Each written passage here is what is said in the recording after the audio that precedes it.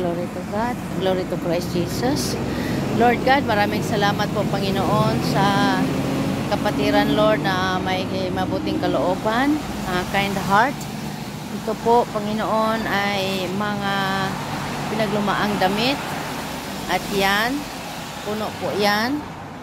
At ito pa po yung iba nandito na kung saan po aming ibibigay po ito sa mga tao na walang-wala po sa Pilipinas, yung mga walang kakayahang makabili ng damit dahil po sa panahong ito ay talagang pinapriority po talaga ng mga tao ang pagkain at pag-aaral po ng mga kabataan. Yung iba nga po hindi nakakapag-aral dahil nga po sa kawalan ng pinansyal. Kung mayroon man, tamang-tama lang pambili ng bigas, pambili ng ulam. So, ganun po talaga. Pero hindi po sila nawawala ng pag-asa. Kaya po, yung mga tao na nakaluwag-luwag, siya naman po ang ginamit ng Panginoon para maging daluyan ng kaniyang pagpapala. Kaya ito naman po, ang iyong abang lingkod, ay binigyan ni Lord ng strength at inspirasyon sa pagbitbit nito. Sabi nga ng nung babae doon sa bus kanina, sabi niya, ang dami mong dala. Sabi ko, yeah, kasi mga blessing ito para sa mga taong walang-wala po sa aming bansa ibibigay. So, oh, that's nice. So, Lord, salamat at tulungan mo rin po ako, Lord.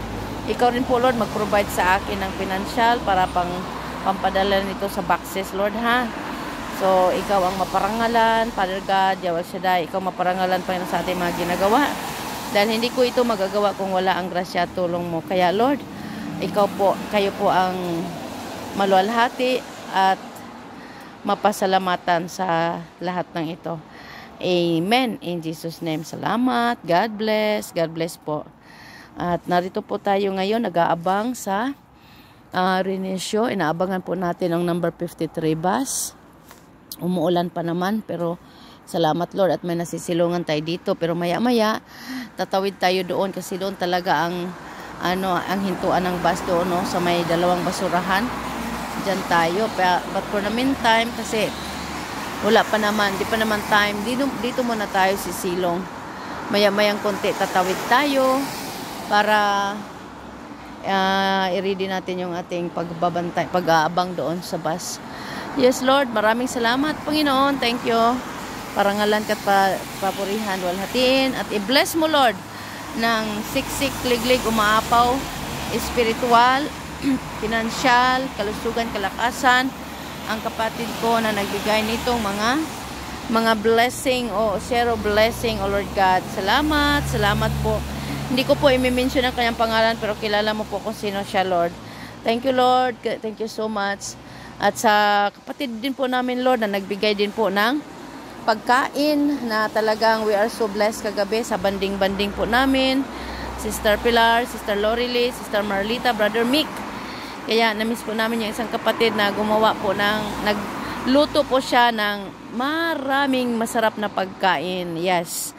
Kapatid, thank you so much at pagpalain ang iyong paghalili dyan sa Belgium with your husband. At balita ko ay wedding anniversary nyo pala. And happy wedding anniversary and many years in togetherness, joyfully blessed. Kayo pong mag-asawa. Salamat kapatid. Thank you sa inyo pong lahat. Thank you din kay Sister Marlita, Brother Mick for accommodating me sa magdamag. At ito po, salamat. Thank you. God bless us all.